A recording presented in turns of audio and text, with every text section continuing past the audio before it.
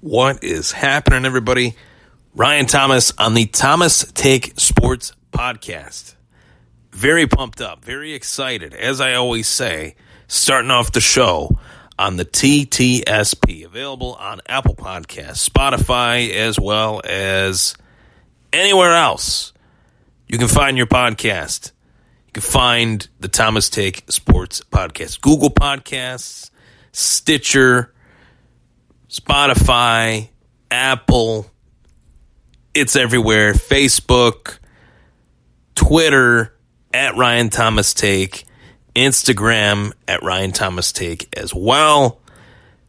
And as always, I very much enjoy the support from you, the viewers, you, the listeners of this awesome show.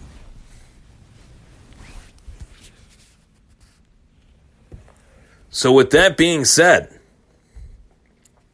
big news in the world today.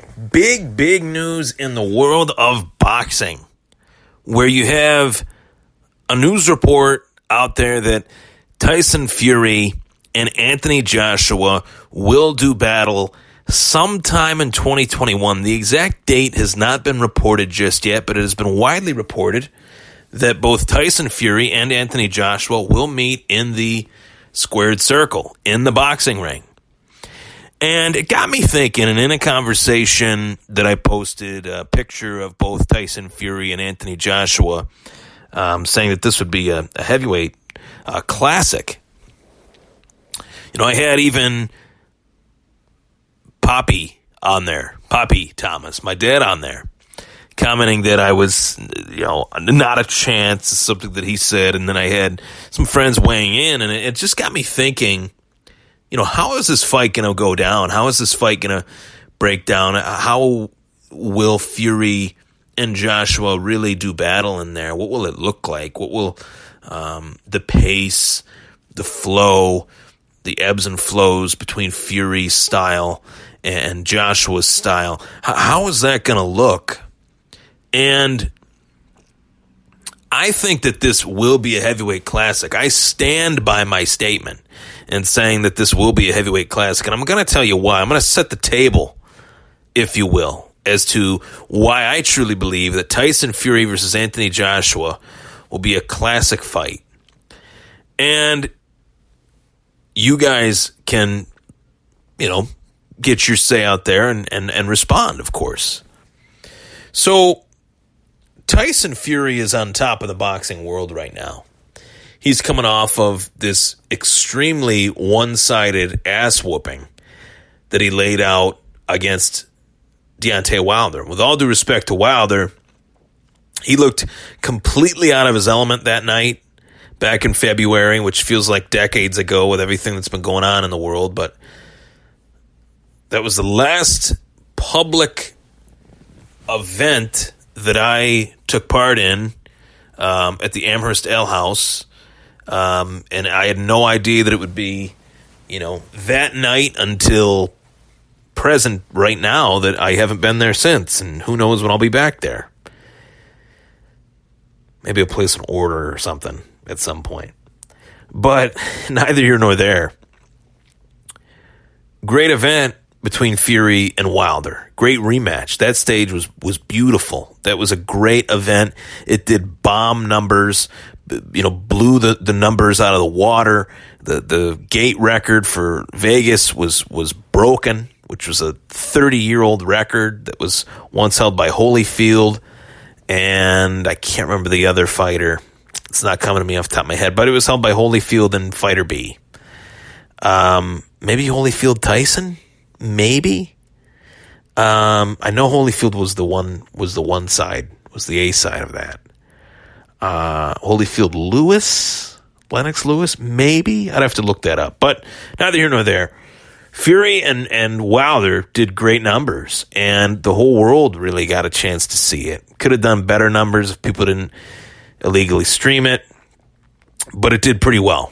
And Fury was handing out a one-sided pounding, swinging the hammer in 7 rounds and defeating Deontay Wilder. So you knew that one of two things was going to happen here. You have this triangle, this trio of standout heavyweights between Joshua, Fury, and Wilder. And you had the Fury-Wilder one fight. You had to do the rematch. The rematch, the biggest fight in boxing. And it lived up to the hype, lived up to the billing of generating a lot of revenue, generating a lot of eyeballs, generating the hype of, yeah, this is the best fight that boxing has to offer in the last 20 years. And that's basically saying Fury and Wilder is better than any Floyd Mayweather fight, better than any Manny Pacquiao fight, better than Arturo Gatti and Mickey Ward trilogy. That was the push that this fight was getting. Did the fight itself live up to that hype? No, it did not, because it was literally one man beating another into oblivion. And it wasn't as if Deontay Wilder had cuts all over his face or anything like that. Deontay Wilder was just out on his feet, couldn't really get going. And that is the awkward style of one Tyson Fury that I think poses problems for anyone, whether it's Joshua or Wilder. I wouldn't say Tyson Fury has the greatest footwork, but his ability to make guys miss for how big he is and to fight at a distance is one of his greatest, among the few of his greatest attributes. And when I see how Fury fought Wilder systematically, strategically, he broke Wilder down. He turned Wilder's strength on himself. And ultimately, Wilder was swimming with a shark in that fight, was in quicksand in that fight.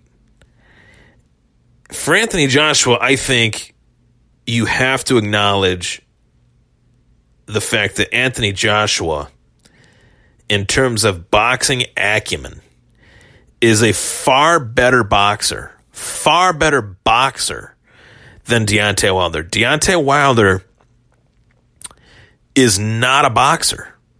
Deontay Wilder is a brawling, slugging boxer, power puncher in a boxing ring, really trying to throw every punch with bad intentions, really trying to end the fight as early as possible with this God-given gift of power in both hands.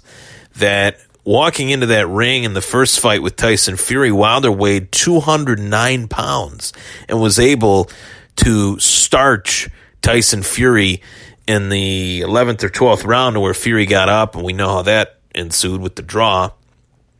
But at 209 pounds, Wilder landed that punch on 260, 270-pound Tyson Fury. That is truly remarkable when you put it in those terms. And what is even more remarkable is the fact that, yeah, they did fight a couple other fights before they fought one another again.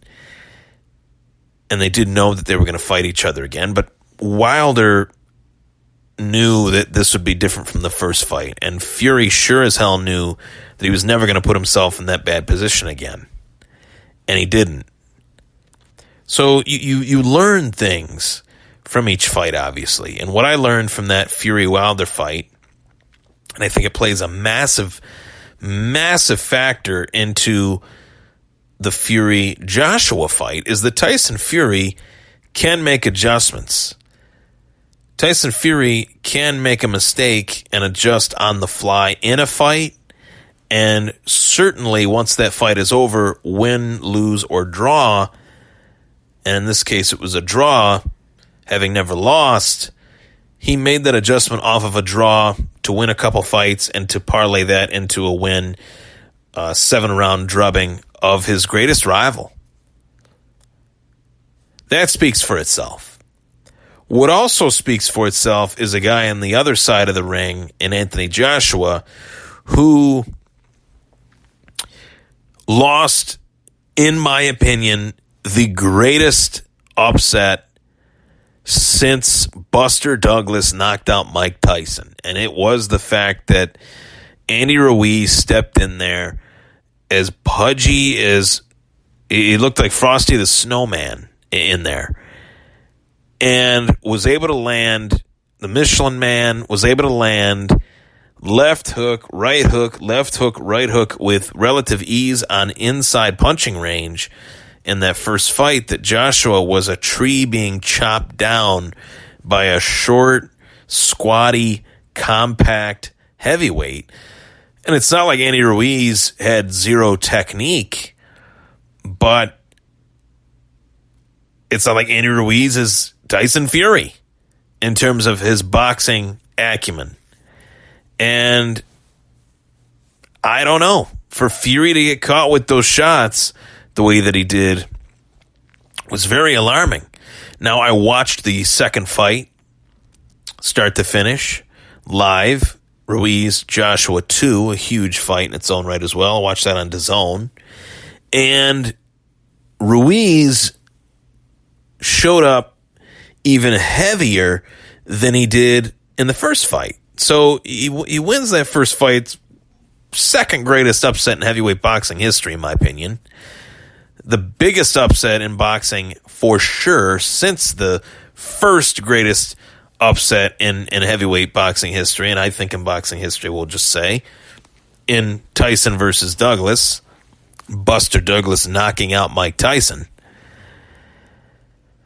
And Ruiz just shows up as if he's been partying ever since. He looked even fatter, more squattier. He looked like he actually got shorter somehow. As odd as that is to say, he looked very bad physically.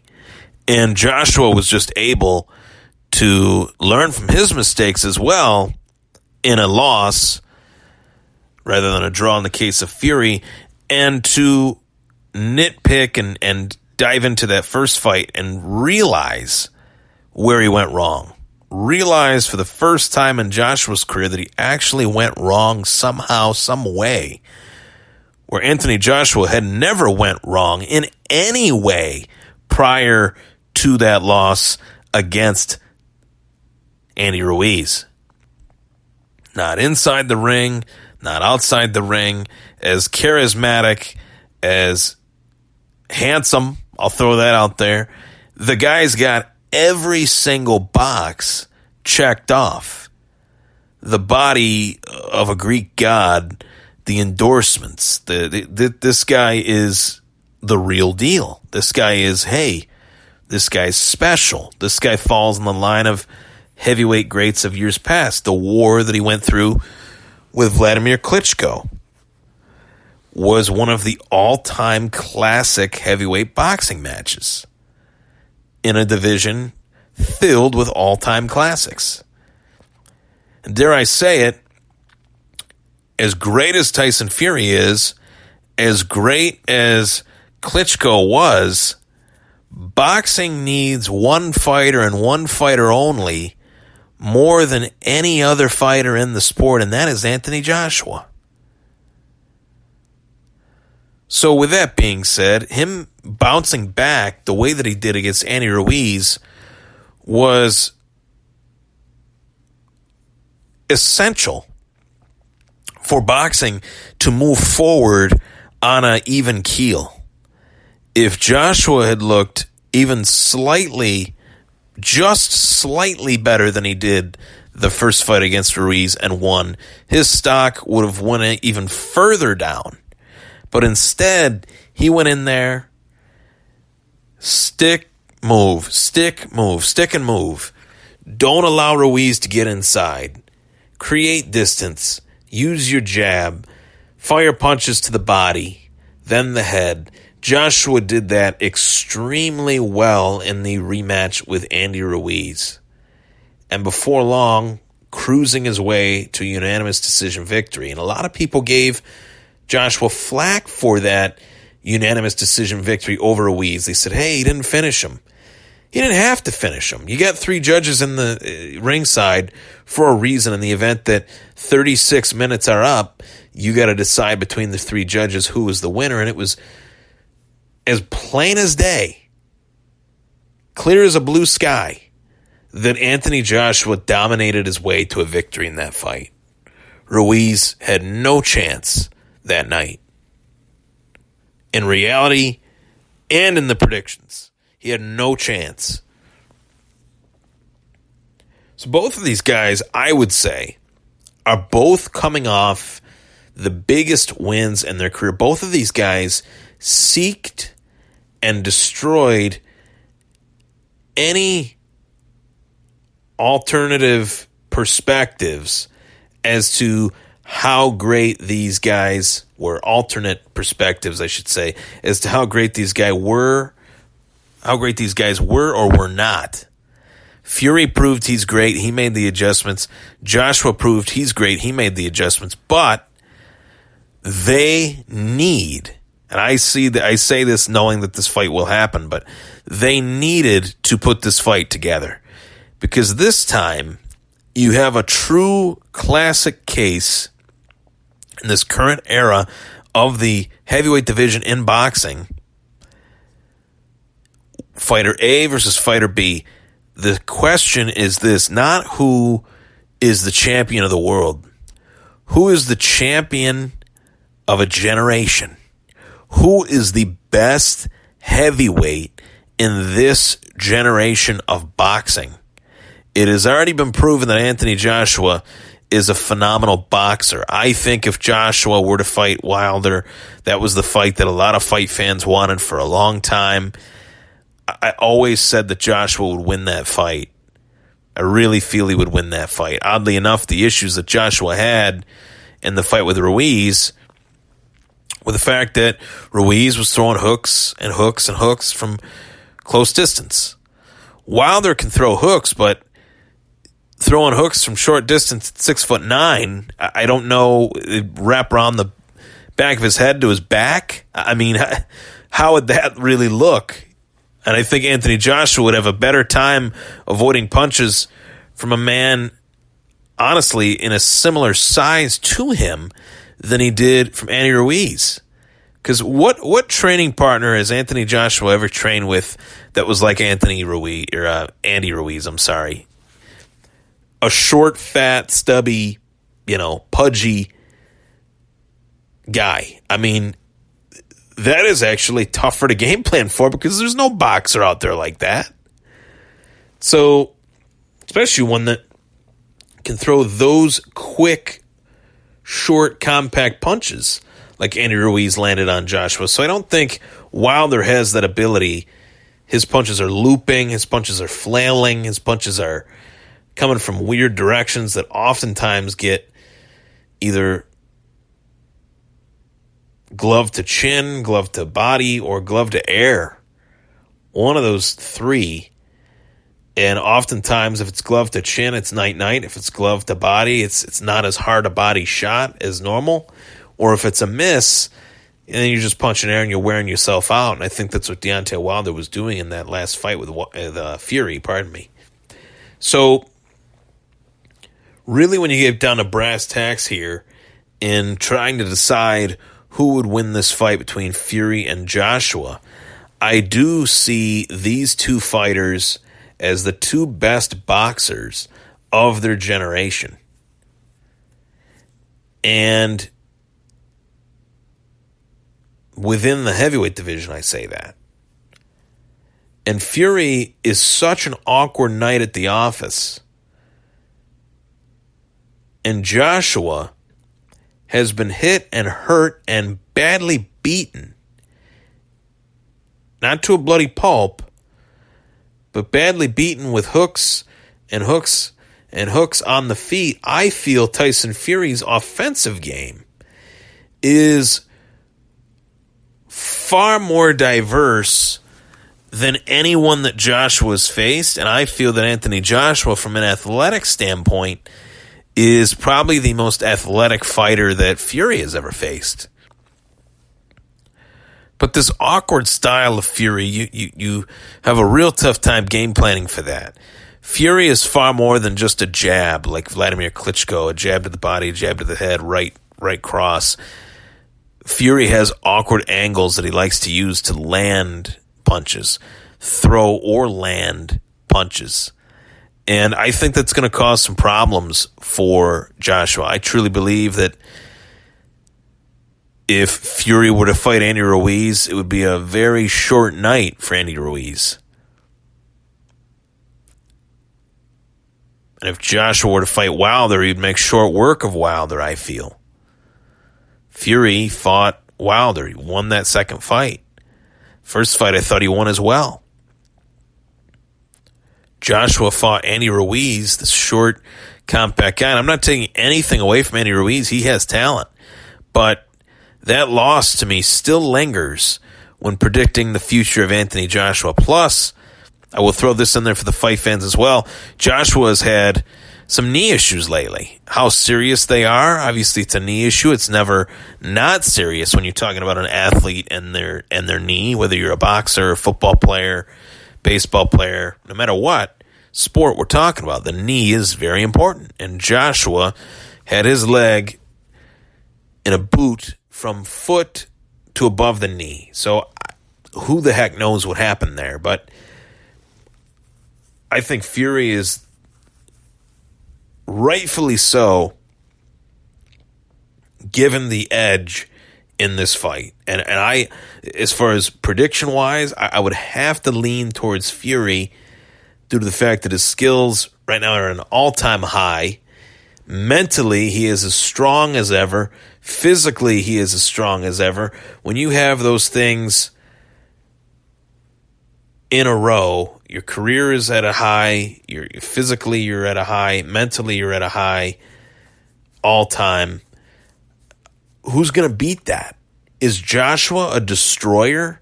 I wouldn't say so. Is Joshua a guy that wants to stand toe-to-toe? I don't think so, especially after taking those shots from Andy Ruiz. Doesn't want that to happen again. Doesn't want to have that on a highlight reel of Joshua barely standing on his own 2 feet.